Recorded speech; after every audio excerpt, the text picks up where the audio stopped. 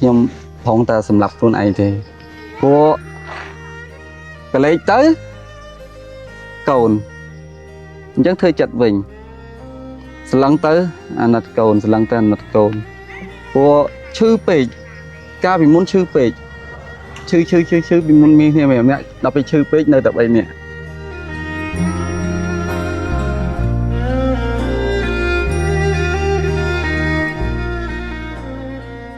ខ្សែជីវិតរបស់មនុស្សម្នាក់គ្មាននរណាអាចដឹងមុនទេថានឹងមានអ្វីកើតឡើងនៅក្នុងជីវិតរបស់យើងមិនថាថ្ងៃនេះឬនៅថ្ងៃស្អែកនោះឡើយតួយ៉ាងដូចជាបុរសដ៏កំសត់ម្នាក់នេះលោកមានឈ្មោះថាសុភ័ក្រគឺជាអតីតកម្មករជីចរកៅស៊ូម្នាក់ដែលពិភពលោករបស់គាត់ត្រូវបានបំផ្លាញទាំងស្រុងក្នុងពេលតែមួយប្រព្រឹត្តភ្នែកប៉ុណ្ណោះគ្រោះថ្នាក់ដ៏រន្ធត់បានឆក់យកសមត្ថភាពរាងកាយ ធ្វើឲ្យគាត់ខ្លាចជាជនពិការមិនអាចបំពេញការងារបានទៀតឡើយអ្វីដែលកាន់តែខ្លោចចិត្តមនុស្សជាទីស្រឡាញ់ដែលធ្លាប់បដិញ្ញារួមសុខរួមទុក្ខជាមួយក៏បានចាក់ឆ្ងាយពីលោក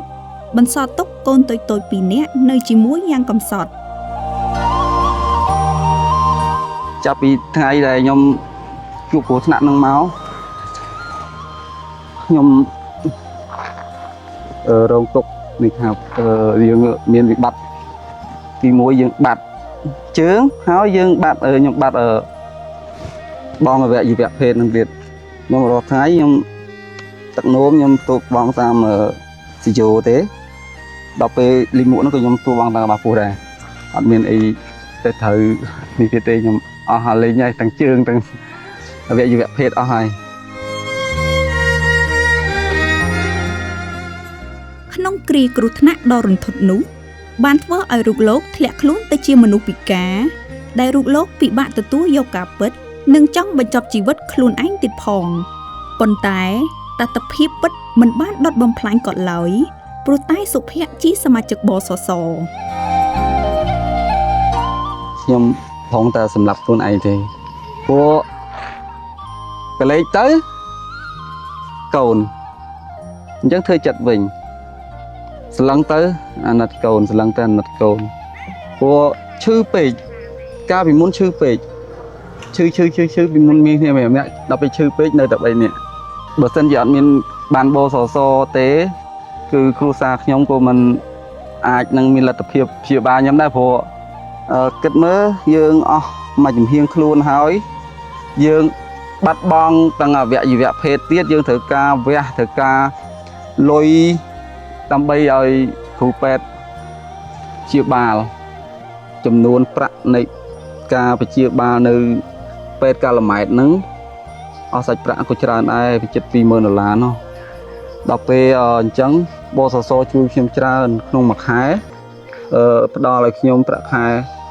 បាន$1,900,000 ហើយខ្ញុំបានប្រាក់បសសហ្នឹងយកមកផ្គត់ផ្គង់ក្នុងគ្រួសារតាំងពីឆ្នាំ 2020 ខែ 12 មករហូតខ្ញុំបានប្រាក់ឧបត្ថម្ភពីបសសហ្នឹងរហូតមកដល់ឆ្នាំ 2026 ហើយ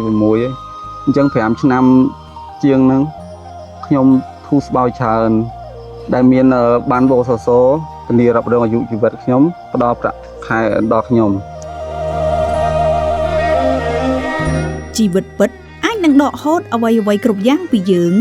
ក៏ប៉ុន្តែប្រព័ន្ធសន្តិសុខសង្គមនឹងមិនបណ្ដោយឲ្យសមាជិកតច្រកឡើយ បសសមិនត្រឹមតែការពីអ្នកនៅកន្លែងធ្វើការនោះទេ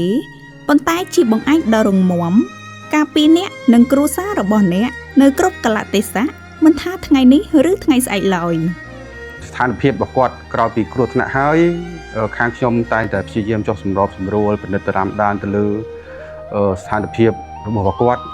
អ្វីដែលបសសផ្ដល់ឲ្យក្រោយពីវាតម្លៃហើយទី1សម្រាប់គាត់ផ្ទាល់ គឺគាត់ទទួលបានប្រាក់ធនលាភបាត់បង់សមត្ថភាពអចិន្ត្រៃយ៍ 100% បើគិតជាទឹកលុយគឺបានរហូតដល់1,900,000 ក្នុងមួយខែហើយមិនតែប៉ុណ្្នឹងទេគឺគាត់បានឧបករណ៍ជំនួយមានន័យថាឈើច្រត់សម្រាប់សម្រួលការរស់នៅប្រចាំថ្ងៃរបស់គាត់ផងដែរខ្ញុំសូមអរគុណដល់ខាងបេឡាជាតិបសសហ្នឹងគាត់បាន បំពេញតួនាទីបានល្អគាត់បានមកចុះផ្ទាល់ដល់ប្រជាពលរដ្ឋដែលមានបានបសសហ្នឹងអញ្ចឹង មានបសសមួយដូចមានពេទ្យនៅក្បែរខ្លួន អរគុណបសសដែល